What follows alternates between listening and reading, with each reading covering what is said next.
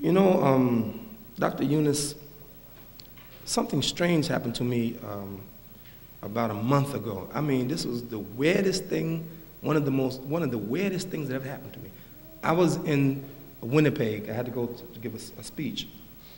And one of the brothers picked me up. He came to the airport, came inside where I was, and helped me with my luggage. And when we came out of the terminal, we went to his car.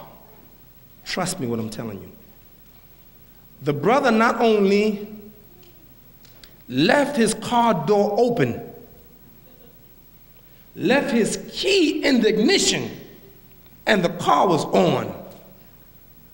And we walking, right? And he opens the door. I said, "What, brother? You didn't open? What? Wasn't it locked?" He said, "No." I said, "You left your car door open?"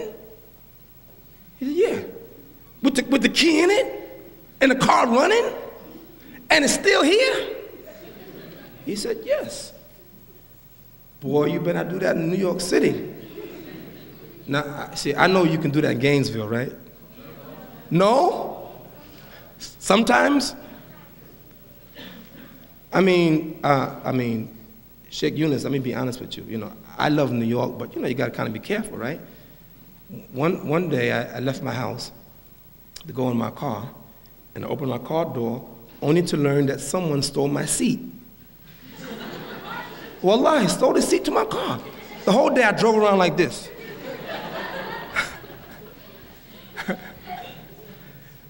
Crime is serious in this country. Most Americans would say crime is the #1 problem. Yeah. Do you know the 10th leading cause of death in America? It's murder. 10th leading cause of death in America? Murder.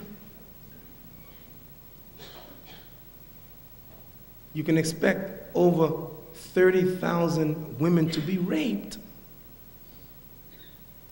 That's unheard of. No woman, not one woman, deserves to be raped. And now, brothers and sisters, think nowadays, not only the indignation of being raped and violated, but now she doesn't even know if she contracted AIDS. Well, how horrible that is. But yet, rape is so common in this country. It should never be. I wish that we can have a society of peace, where if a woman was walking 3 o'clock in the morning, she wouldn't be molested but protected. That's the way it should be. I wish that all of us can keep our doors open, our apartments and our houses unlocked. We can have a sense of security and peace. I wish that everybody who needed to work and could work and get a job and take care of themselves and their family, I wish that everybody who wanted something to eat would have food to eat. I wish there was no racism. Every day we see more signs of racism increasing in America. White people against black people against white people, men against women, women against men. Deterioration of families, husband and wife breaking up. Everywhere you look in America, a crisis. Yes, everywhere you look in America, a crisis. Well, Mr. Speaker, what about Islam and what does Islam say? In my conclusion,